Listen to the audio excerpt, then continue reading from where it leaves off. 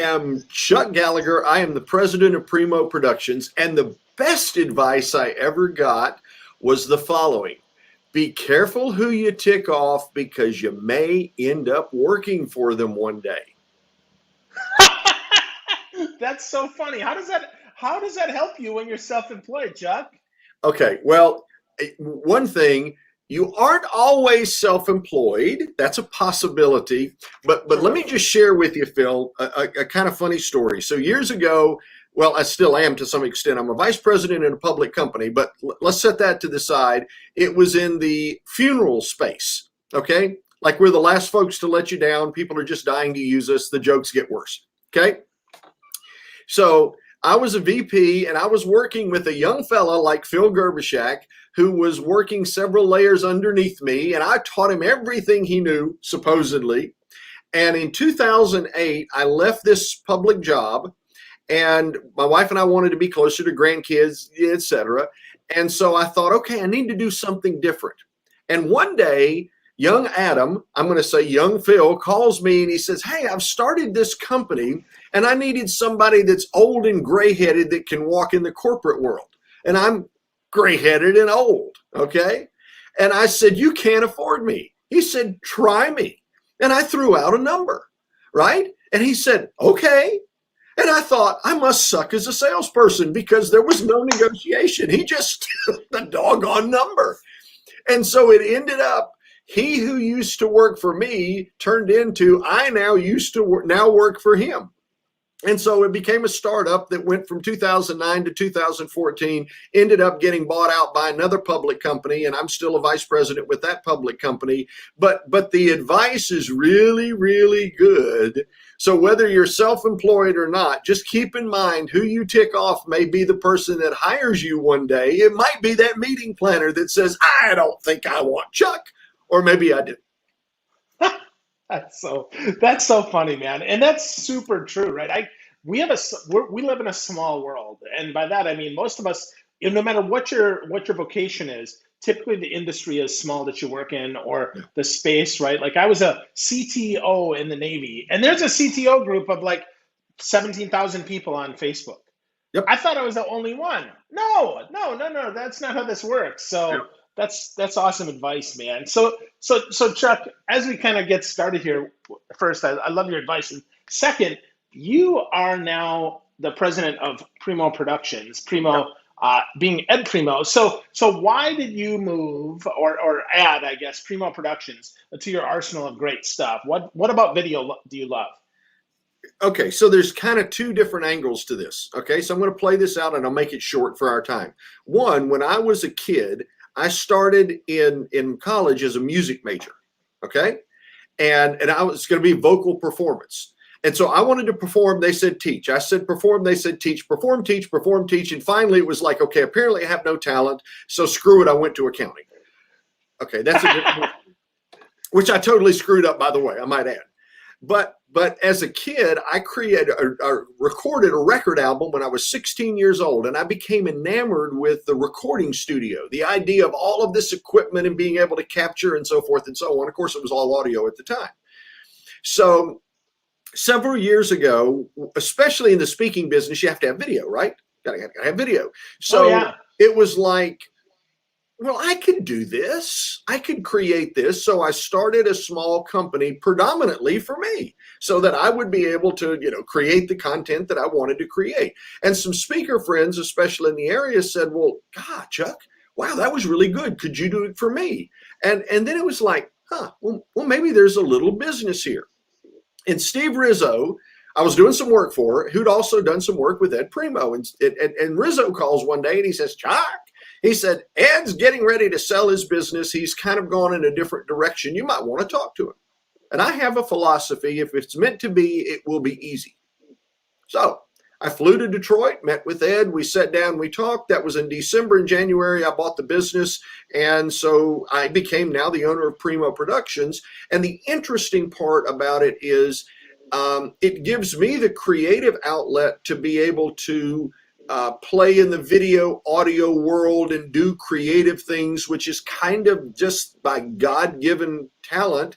But the other side to it is Look at the color of the hair, all right? Because you, Phil, and I fall into different generations. You know, I'm the baby boom generation. So some people would look at me as a speaker. I hate it when they say this, but you're male, pale, and stale. Of course, the only thing that differentiates me is I've been to jail and I haven't failed. So I've got, 5 iterations of this thing, but male, pale, stale, been to jail, hadn't failed. But the issue becomes, at some point, any of us need to think about what can we do to be relevant when perhaps we're competing with much younger people with a different message that are relevant, especially to the audiences that we're playing to. And this gives me an opportunity to be relevant for years to come, whether I'm on stage or not. For sure. Yeah. And the videos you create are fantastic. It's clear that your creativity is what's powering that. So Chuck, male, pale, stale. How does video differentiate us, man? You got to tell me. Okay. So in the world we live in, number one, you know this better than anybody that I know of, but think about it. The question is today, when somebody wants to find something, what are they going to do? They're going to go online, and they're probably going to search some video, right? So video is the connecting point. And younger generations, and by the way, Phil, let me just say this because I want to be real crystal clear. I appreciate the comment that you made about my creativity, but I have 5 full-time video editors. The oldest is 30. So it's 30 and age down. So the nice part about it is I can bring a concept and a vision to these young guys who will create things that I never thought of. And it's brilliant stuff. And it gives them the opportunity to create and use their talents, and me the opportunity to kind of teach them, how do you run a business and how do you attract clients and how do you sell the product? Does that make sense? Right on. Yeah, for sure. For sure. Yeah, that makes sense. So video is the connecting point. So talk us through that, right? Because I think so many miss that. They think, oh, I just shoot a video. But talk to us about a little bit more detail, please. Okay, not a problem. So your typical speaker is going to be, and I'm going to leave this at speakers, but it could be a realtor, it could be a doctor. There's multiple areas to look at. But they're saying, okay, well, what's my demo reel? Demo reel, sizzle reel, as far as I'm concerned, it's semantics. The issue comes down to, typically, I, Phil, you name it, are going to have a video. When the customer says, well, we'd like to see you in action, you send the video. That's one video. So I got a couple of questions. Here's question number 1. Is that video you currently have converting to sales? Okay? Because I'm going to suggest you can have the most beautiful video in the world, and if it is not converting to sales, then the video is useless. In fact, I got to talking not long ago with a Hall of Fame speaker, and the comment that he made was, my video is beautiful. It is just beautiful. Great. He said, but I have not gotten the first sale from that video. And my question then back to the Hall of Fame speaker was, what problem are you solving with the video? And there was this dead silence. And he said, well, I haven't thought of it that way. The video tells the story of me. And there's nothing wrong with that. There's a place for that. But in the world that we live in today, if the video is not converting to sales, I'm going to challenge you that video you got wrong. Because people, the buyers, need to understand they have a meeting. They need someone to help them with the meeting. There's a problem that they're looking to solve, or an issue that they're facing, a theme of the meeting, if nothing else.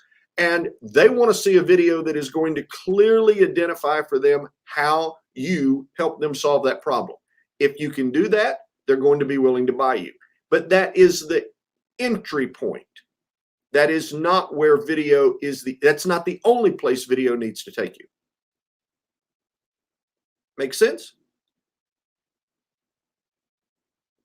Okay, now I'm not hearing you right now, Phil. Unmute yourself. Yeah, you got to unmute yourself, right? Thanks, Chuck. So, yeah, thanks. Yeah, this is my first time. So, I understand. First rodeo. Yeah, that's it, man. No, but I totally get it, right? So, how do we solve a problem? And I would argue that is the question you have to ask yourself with any content, but especially on video. And you got to get to it quick. And they want to. I've seen that they want to understand that you can solve the problem for them, right? Not just the problem. in general, but more specific. Are you seeing that too, Chuck? And how do we, if so, how do we zero in on that to make sure that we do that? Okay, so part of the, yes, I'm seeing that. And here's the thing, if that video in the first 20 seconds doesn't capture their attention somehow, they're off. Okay, so Wow. we have it's driving me crazy, but we've got an attention span of a gnat, or at least most of the people who are meeting planners who are looking at these and trying to make decisions. If you don't capture attention, you're not going to have that. And secondarily, sometimes you have to help them understand the problem they have.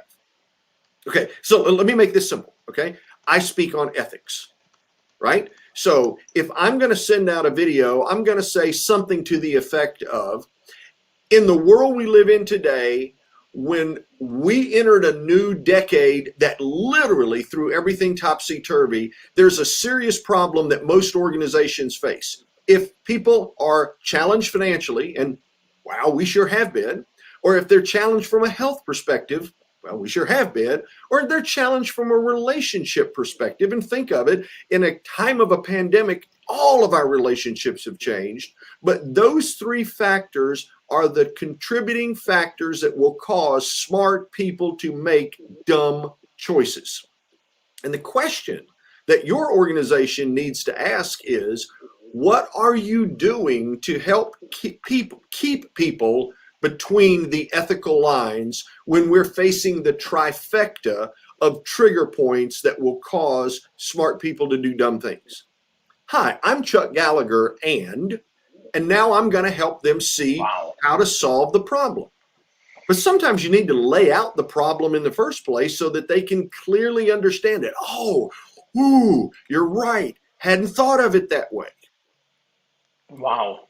Wow. That's great, Chuck. That illuminating a problem that people don't even realize they have, or maybe don't see clearly that there is a path to a solution, or in some cases that there are contributing factors. You laid out three of them. Maybe they thought of one or two, but they hadn't considered all of them or how they combine together. So much that you gave there in just 90 seconds or so to help us get how we should position that video. And that's a great, that's a great opener for our program as well. So if we can bridge that video into our program, maybe even, I don't know, Chuck, can we play that at the beginning of our program instead of just being on stage? You certainly could. In fact, let's back up a second. There's a multitude of ways to play with video. I'm going to switch gears here for just a second, but we did some work with Stephen Shapiro on his book, Invisible Solutions. And part of doing that was bringing his book to life. And he's got a story called The Baggage Claim Story. Now, this may be a little out of sequence for our conversation, but it really is an illustration of using video. Because he said, I have the story, you illustrated the story, but I got to the place where if I'm doing a virtual presentation or a live presentation, I've actually synced the video that you created with all the B-roll that shows things to what I'm saying. So that when people see him present and he's talking about the bags going through the baggage handling system and so forth, they're seeing the video playing on the screen as he's telling the story.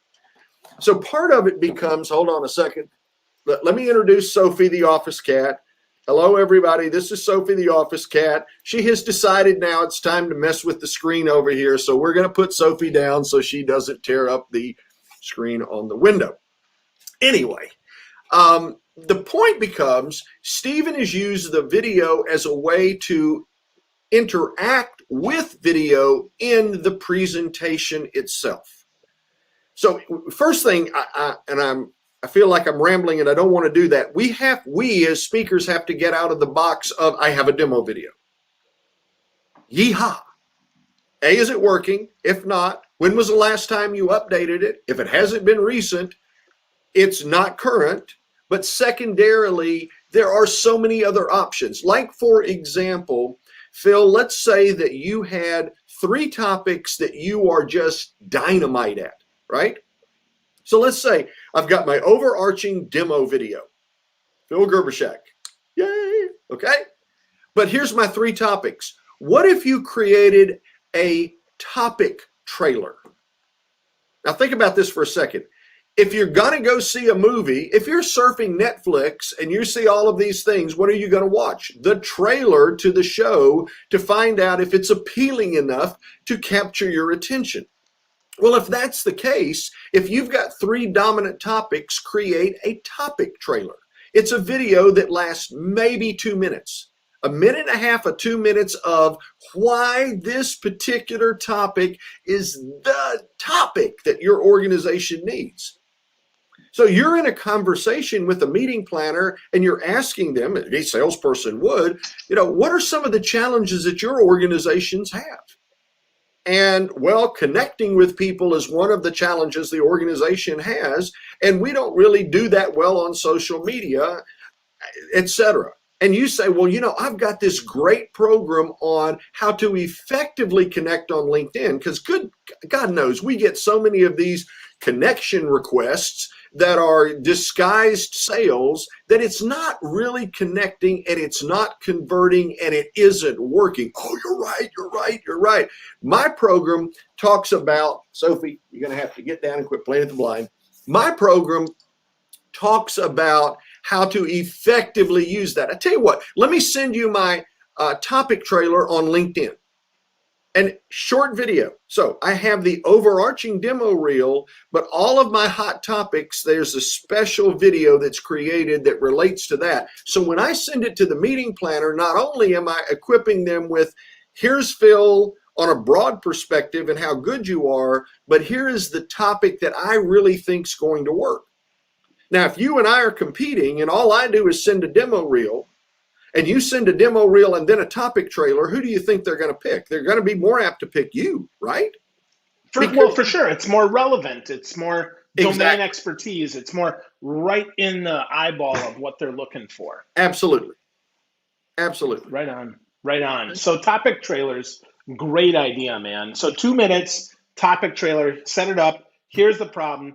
Here's why this matters. Right. Here's the solution. Right on time with the topic. Got it. Yep. Got it. That's really good. So what else? So get rid of the demo reel, or make the demo reel solve a problem. Well, make the demo reel relevant to today. It's not that you get rid of it. Okay. I'm not suggesting that at all. I'm just saying make it relevant to where we are today. And by the way, in doing that, how do I put this? Boy, I'm going to step on some toes right here, Phil. Not intending. But let's go there. Here's the thing. The majority of meeting planners today are probably what would be Gen X or millennial, more than likely. Those are the people that are going to be challenged with making the decisions, okay? So here's the thing. We're working with a speaker. We create the demo reel. The demo reel talks about solving a problem. It needs to be visually stimulating. Now, you and I are here right now in this meeting, and you're seeing 2 talking heads, right? But a video needs to be visually stimulating. Watch Netflix, Amazon Prime, HBO Max, I don't care what it is, but watch the show. And when you see the image of the person doing something, count 1, 2, 3, 4. By the time you count to 4, that image will change to something else. Okay? It's just going to change to something else. So if that's the case, then our demo videos need to, like that, be changing to something else. And it doesn't need to be my head or my body. So one of the biggest challenges I get is if you're telling the story to the meeting planner of why they should choose you, and we're inserting B-roll to tell that story to help provide visual stimulation so that they can be caught up in it, and the speaker comes back and says, well, that's really nice, but it's not showing enough of me. Yeah, it ain't you, brother. I love you. We all got an ego. But let it go. Let it go. They don't need to see 3 to 5 minutes of you being magnificent, because that doesn't illustrate solving the problem. You know, Shapiro's baggage claim story, let's be candid, is far better told when he's telling it and it's illustrated than just seeing him on the screen telling the story. So be open to the idea that, like for example, here's a beautiful one that took place. the story goes something to the effect of, and the way things were are not the way things are today. And there was this beautiful imagery of New York City bustling in full color. Cars driving everywhere, and then, but not the way it is today. And then all of a sudden you see 3 black and white stills, empty street, empty street, empty street, same city. That's the world we live in today, where you have to be willing to show the concept of what it is, not necessarily see the person always saying that. Yeah, for sure. No, that makes so much sense to your point, right? If we're sitting in front of the screen all day, there's only so long people can stare at the same person. I mean, no matter how animated you are, you have to find ways. I try to do that in the show, right? Sometimes it's you, sometimes it's me, sometimes it's both of us, right? I'm putting different things on the screen, trying to get people's attention, right? I mean, totally right on, Chuck. So you've got that, right? We've got capture attention, help illuminate the problem that they have, ask yourself if it converts to sales. We've got some topic trailers, right? Some visual stimulation, and then letting go the ego, right? Let go the ego. Right. What else, Chuck? What else do we have to make sure we do, brother? So let's think about 2 different really short videos. And by the way, these can be really simple and generically done, so you don't have to recreate it every time. But let's take one video. I'm going to call it a hold video. What's a hold video? Okay, so you just talked with the International Association of Kitchen Exhaust Vent Cleaners. By the way, that is an organization. Just wanted to point that out. Okay, but you just talked with them and they said, hey, Chuck, could you put that date on hold? We're looking at a couple of speakers, but we really like what you got to say. Put that on hold for us. Sure. Okay, so what's a hold video? The hold video is you've created a video, generic, and said, thank you so much. I really enjoyed talking with your organization. And then I can put on the screen, International Association of Kitchen Exhaust Vent Cleaners.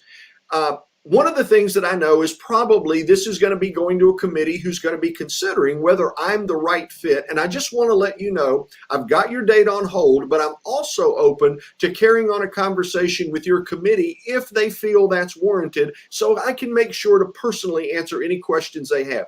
I am so looking forward to having the opportunity to work with your organization. Remember, here's how you can connect with me, and I put the contact information. Okay, now let's back up. There's 4 speakers that are being considered. And they say to 4 speakers, put the date on hold.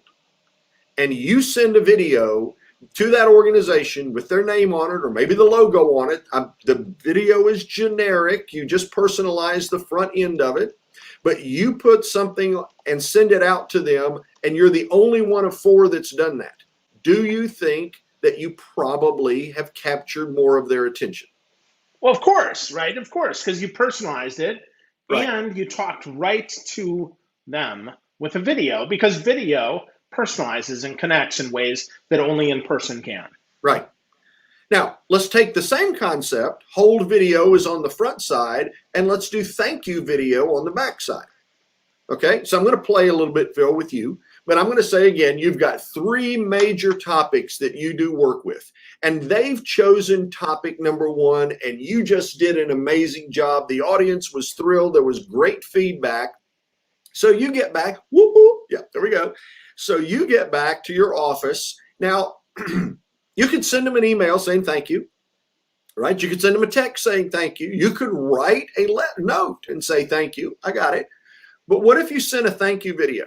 Okay, and the thank you video would be like, listen, it was amazing the other day when I had the opportunity to work with your organization. I just want to say the feedback I have received has been phenomenal. I hope that you're receiving the same feedback that I'm getting.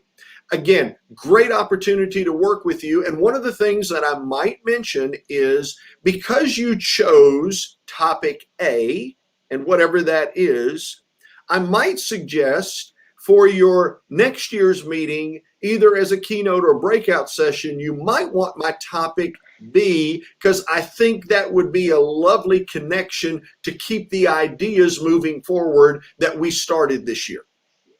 Now, if you've got 3 primary topics and you did topic A, you'll send the thank you video that either encourages topic B or topic C. If they chose topic B, you'll send the thank you video that encourages topic A or topic C.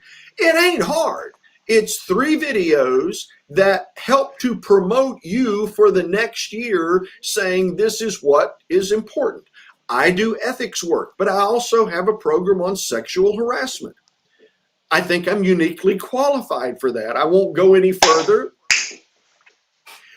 Of course. But think about it for a second. If I've done an ethics program and people were like, oh my gosh, that was fun. I didn't go to sleep. I was not expecting that. Well, let me suggest sexual harassment is a subset of ethics. It's just a specific set of behaviors. And you know what? We might want to consider that for next year. And keep in mind, if I can make ethics as fun as I did, I can promise you sexual harassment will be effective, but also fun, talking about the generational differences of how we see it and opening up the avenues of discussion.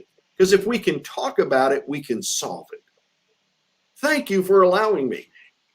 Now, I've got the demo video. I've got the demo on the programs, the topic trailers. I sent them a hold video. I sent them a thank you video. Keep in mind, we're not talking about killing yourself with this stuff. It's just using video to be able to help solve those problems. Yeah. Well, and I love that you said creating a thank you video that mentions the other things you do instead of the in the email. I don't know, it just feels better in a video, more natural in a video. If we're having a conversation, oh, Chuck, I'm so glad that you enjoyed, my sales program. I've got a program that narrows in on how to use LinkedIn more effectively for those digital folks that aren't yet getting it. That feels much better than if I type that up. I mean, it just seems cheesy, and I'll never write that in a thank you note. I'll never put that there. But that one line plants the seed. Oh, but wait, there's more. It's almost like you're Ron Popeil there, Chuck. That's pretty good, man. I think you and I are probably the only ones who know who Ron Popeil is, though, huh? Well, listen, Phil, you know a whole lot more people than I'll ever know because you are the connector of connectors. I'm just saying. Thank you. I give you all the kudos in the world. I appreciate that. But that gets back to one of the points that I love that you always make is about using relevant examples, right? I just threw in Ron Popeil, the pocket fisherman, the Ronco, right? I mean, that's 40, maybe 45 years ago, I think the pocket fisherman came out. For those that are watching this and they're like, who's that? Or even who's Billy Mays, right? If we fast forward that up, we really have to make those specific. So Chuck, let's talk about that and how not updating our examples leaves us vulnerable to being beaten by someone who does. So, wow, Phil, I have learned that in ways that I never thought would take place. But let me give you an easy example. Speaker came in and said that they wanted to do a bit for a client at an awards organization, an awards program, and it was going to be based on the concept of late night. Okay, and his comment was late night with David Letterman. Okay, and the script was written and it was shot on green screen and it really looked good. And I knew the things he was doing. The guys here in the studio was like, "Who's David Letterman?" And I was like, "Well, you don't know who David Letterman is?" No. Now, here's the problem, Phil. I'm going to be this is blatant. I don't know who the host of late night is right now. Jimmy Kimmel, maybe. I don't know. I don't know who it is because I don't watch it anymore. Now, the point to that becomes all of us to some extent have to identify who is the audience we're presenting to and can we use relevant examples that audience will connect with. And one of the challenges, and look, let's just be straight up. I'm a baby boomer. I'm 63 years old, white male. So consequently, what's the world I live in is that generation. I'm the guy that listens to channel 17 on Sirius XM, The Bridge. Why? Because that was all the music of the late 70s, early 80s when I was in college. And it sounded great. And people played instruments and so forth. But I'm tuned to that. I couldn't tell you today who the top 25 people are in music. But if I want to be relevant to an audience and I'm talking about music, I better know who they are, because they're not going to know who Keith Richards is. Or if I said, let me rewind the tape, which means let me go backwards and start this over again. I understand tape, like 8-track, like reel to reel, like cassette. But the average 20-some-year-old here in my office has no clue what I mean when I say, let's rewind the tape, because their music comes through the air. It's digital, it's Spotify, it's Pandora, it's whatever it happens to be that flows through the air somehow, lands on their phone, goes into an earbud, which sounds like very expensive JBL speakers. And the next thing you know, you've got beautiful music. So we all have to think about what are the relevant examples so that the audience and the buyer doesn't think we're outdated. And by the way, that applies for very young speakers, because you have to be aware that there's still people in the marketplace with 4 generations in the workforce who are Gen X approaching baby boomer, or the baby boom generation, that may not know the reference. So we have to think about what that is and make sure that we're relevant. Otherwise, we will be passed over for the person that appears to be more relevant to the audience that we're playing to. Wow. Wow, that's so spot on, man. I love that. Yeah, let's not rewind the tape. Let's go back to the beginning and talk about stuff. I mean, that's so funny. I think about that, and that's like if you know what a pencil and a cassette player, what do they have in common, right? Yeah. It's like, come on, right? Right, yeah, right, yeah, or a piece of Scotch tape Of course. to go over that's connected up, and so many don't, and so we have to stay relevant, and we have to update our examples, and we do that through video, which is something that I know that you're big on, and that's so important, Chuck. So if you're to have any last words for folks here, if they're getting started with video or they want to get hired better for with their video, how would they get started? Well, okay. One of the things, Phil, I'm going to do this real quick. I'm going to say one of the best things that any of us can do is create the top 10 questions that people typically ask relative to whatever the topic is. Okay. Create a video to answer those top 10 questions. Okay. Now, why would I say that? Well, I'm going to change gears for a second. Let's say I'm a realtor in Greenville, South Carolina, where I live, and there's a gazillion realtors out there. So someone that needs a realtor is going to go searching for realtor in Greenville, South Carolina, or they're going to ask questions. If I want to list my house, should I stage it? You know, what are the 5 things I should do to make sure that my house is ready to sell? There's a list of questions.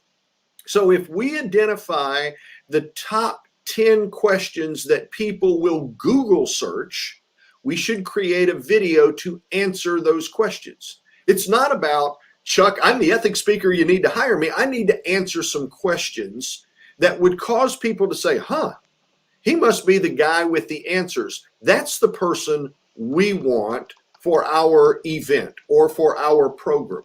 Moving way outside of the box of the demo video or the topic trailer, but let's be relevant to the problems that are being searched. And for a lot of us, that's maybe hiring someone to make sure we can identify what are the top questions so we can answer those. Because if we're the ones answering those questions, when people Google search them, it's either going to come up on the Google search or certainly in YouTube. And that makes us more relevant to the meeting planners or the people that might be considering us to coach or consult or whatever the program is that we happen to be doing. So good. So good. So top 10 questions that people ask, provide those answers, because people will then realize that you're the person with the answers.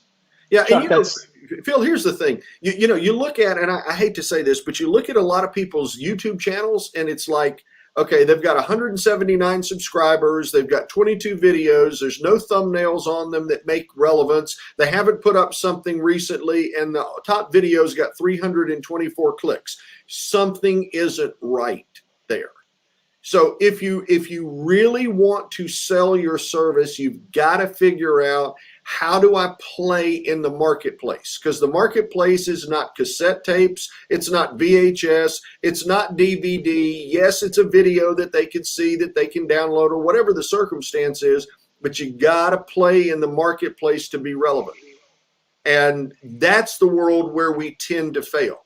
One of the best things that anybody could do, just listening to this, would be commit to one video a week. Just one video a week that is relevant to their particular topic, and committed every Tuesday at 10 o'clock. I'm going to post that video, and I'm going to try to do it in a relevant manner. So at least at the end of the year, you got 52 videos. Otherwise, it's a problem.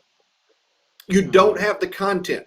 So comparing the speaker that has 179 subscribers and 18 videos to someone else who may be same topic but has a whole lot more, probably the meeting planner is going to choose the person that has more stuff. Doesn't mean they're better. They just have more stuff. They're being more relevant. Awesome. So Chuck, we got one last question here. Lisa Conkey asks, do you use answerthepublic.com to do that, to find out what people are asking, or do you have a suggestion for how to get those top 10 most relevant things, Chuck?